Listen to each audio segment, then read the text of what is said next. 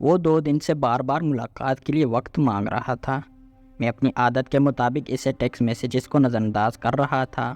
بار بار کے تلخ تجربوں نے یہ سکھایا ہے کہ جن لوگوں کو آپ ذاتی طور پر نہیں جانتے، ان کے ساتھ ٹیلی فون پر گفتگو سے گریز بہتر ہے، کیونکہ کچھ چالاک لوگ آپ کی ہیلو ہائے اور سلام دعا کو بھی ریکارڈ کر کے آپ ہی کے خلاف استعمال کر سکتے ہیں۔ کل صبح دوبارہ میسیج آیا کہ مجھے آپ سے کوئی کام نہیں، میں آپ کو ایک ضروری بات بتانا چاہتا ہوں۔ میں نے اس میسیج کو بھی نظر انداز کر دیا۔ پھر اسی نمبر سے مجھے اردو میں ٹائپ شدہ ایک اسکرپٹ بھیجا گیا۔ یہ اسکرپٹ میرے بارے میں تھا۔ چند لمحوں کے بعد ایک اور میسیج آیا اور مجھے بتایا گیا کہ آپ کے خلاف ایک ویلاگ کے لیے مجھے اسکرپٹ دیا گیا ہے، لیکن میں نے انکار کر دیا ہے، تاہم میں آپ کو تفصیل بتانا چاہتا ہوں۔ کافی سوچنے کے بعد میں نے اس نوجوان کو ملاقات کے لیے بلا لیا۔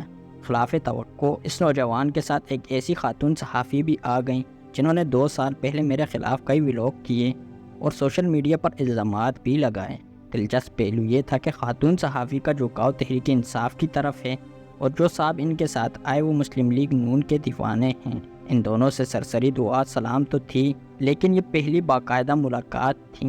نوجوان صحافی نے بتایا کہ شاید آپ کو یاد نہ ہو، لیکن 2017 میں جب آپ نے پیکا ایکٹ پر بہت تنقید کی تو مسلم لیگ نون کی سوشل میڈیا ٹیم نے آپ پر الزامات کی بوچھاڑ کر دی تھی۔ بعد میں اسی سوشل میڈیا ٹیم کے 2 ارکان کو پیکا ایکٹ کے تحت گرفتار کر لیا گیا، تو آپ نے اس گرفتاری کی مذمت کی۔ نوجوان نے یاد دلایا کہ اس کے سمیت مسلم لیگ نون کی سوشل میڈیا ٹیم کے کئی ارکان نے آپ سے معذرت بھی کی تھی۔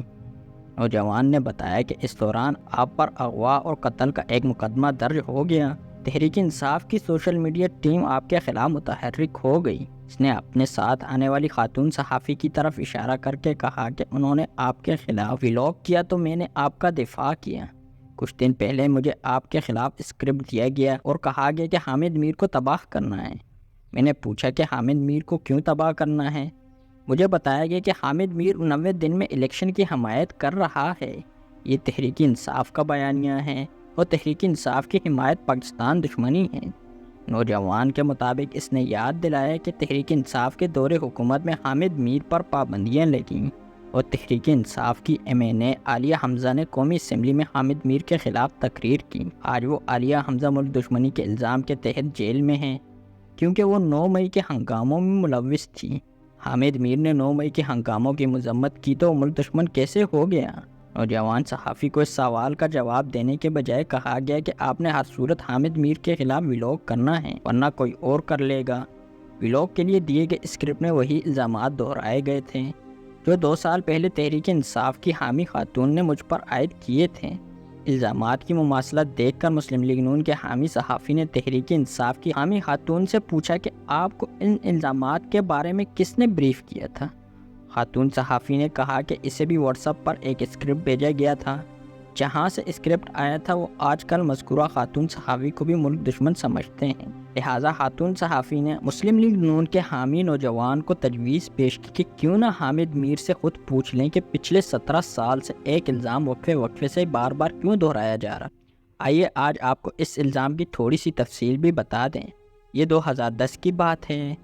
اس وقت پیپلز پارٹی کی وفاقی حکومت کے ایک وزیر نے بڑے رازدارانہ انداز میں مجھے اطلاع دی کہ آپ لاپتہ افراد اور بلوچستان کے معاملے پر اپنا موقف چھوڑ دیں ورنہ آپ کو کسی مقدمے میں پھنسا دیا جائے گا۔ میں نے یہ برادرانہ مشورہ نظر انداز کر دیا۔ تھوڑے دن کے بعد ISI کے 2 سابق افسران کرنل امام اور خالد خواجہ کو ایک برطانوی صحافی کے ہمراہ شمالی وزیرستان میں اغوا کر لیا گیا۔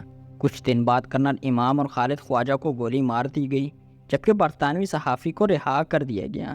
اس واقعے کے کافی دن کے بعد شالیمار پولیس اسٹیشن اسلام آباد میں میرے خلاف ایک درخواست دی گئی اور الزام لگایا گیا کہ میں نے خالد خواجہ کو اغوا کرایا اور قتل کرایا۔ درخواست میں ایک ٹیپ کا بھی ذکر تھا۔ ٹیپ میں ہونے والی گفتگو درخواست میں لگائے گئے الزام کے مطابق نہ تھی۔ اس مقدمے کی سماعت سیشن کورٹ اور لاہور ہائی کورٹ میں ہوئی اور مجھ پر کوئی الزام ثابت نہ ہوا۔ اس دوران ایک ادارے نے میرے خلاف پیش کی جانے والی ٹیپ کا فرانزک کرایا تو وہ جعلی ثابت ہو گئی۔ اس کے بعد 2012 میں میری گاڑی کے نیچے بم نصب کرایا گیا۔ تھانہ گورلا میں FIR درج ہوئی۔ جس ملزم نے اس واقعے کی ذمہ داری قبول کی وہ گرفتار بھی ہوا لیکن بعد ازاں آسانی سے فرار ہو گیا۔ 2014 میں مجھ پر کراچی میں قاتلانہ حملہ ہوا۔ سپریم کورٹ کا 3 رکنی انکوائری کمیشن بنایا گیا۔ 9 سال گزر گئے، اس کمیشن کی رپورٹ آج تک نہیں آئی۔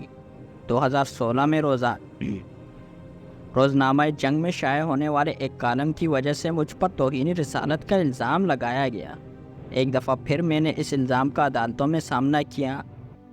ملک کے جید علماء نے میرے حق میں فتوے دیے اور اللہ تعالیٰ نے مجھے ایک بار پھر سرخرو کر دیا۔ 2017 میں اسلام آباد ہائی کورٹ کے جسٹس محسن کیانی کے حکم پر میرے خلاف خالد خواجہ کے اغوا اور قتل کی باقاعدہ FIR درج کر دی گئی۔ ستم ظرفی دیکھیے کہ قتل 2010 میں شمالی وزیرستان میں ہوا، FIR 2017 میں تھانہ رمنا اسلام آباد میں درج ہوئی۔ اپریل 2015 میں لاہور پولیس کے SP عمر ورق حافظ ثناء اللہ عرف قاری زرار کو گرفتار کر چکے تھے، جس نے خالد خواجہ اور کرنل امام کے اغوا اور قتل کا اعتراف بھی کیا۔ بہرحال FIR درج ہونے کے بعد میں نے ضمانت قبل از گرفتاری حاصل کی اور تھانہ رمنا جا کر شامل تفتیش ہو گیا۔ مسلم لیگ نون کے سابق MNA جاوید ابراہیم پراچا اور سینئر صحافی عبدالودود قریشی کا اللہ بھلا کرے، دونوں نے گواہی دی کہ خالد خواجہ اپنی مرضی شمالی وزیرستان گئے، بلکہ پراچا صاحب نے تو انہیں روکا بھی، لیکن وہ نہیں مانے۔ رمنا پولیس نے مدعی کو بیان کے لیے بلایا تو مدعی بھی غائب ہو گئے اور یوں مقدمہ ختم ہو گیا۔ مئی 2021 میں مجھ پر پابندی لگا دی گئی اور جون 2021 میں سابق army chief general Aslam Beg کی کتاب اقتدار کی مجبوریاں شائع ہوں، جس میں انہوں نے انکشاف کیا کہ کرنل امام دراصل ان کے کہنے پر افغان طالبان اور امریکہ میں مذاکرات کے لیے کوشاں تھے۔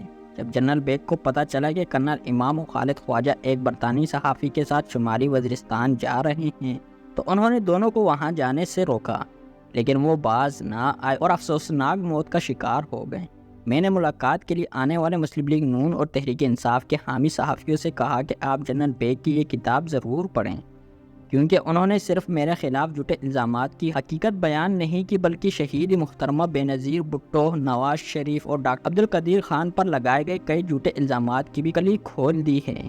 جنرل بیگ کی کتاب اقتدار کی مجبوریاں کا سبق یہ ہے کہ سیاستدان اور صحافی کسی خفیہ ہاتھ کو خشک کرنے کے لیے ایک دوسرے کے خلاف جھوٹ بولنا بند کر دیں۔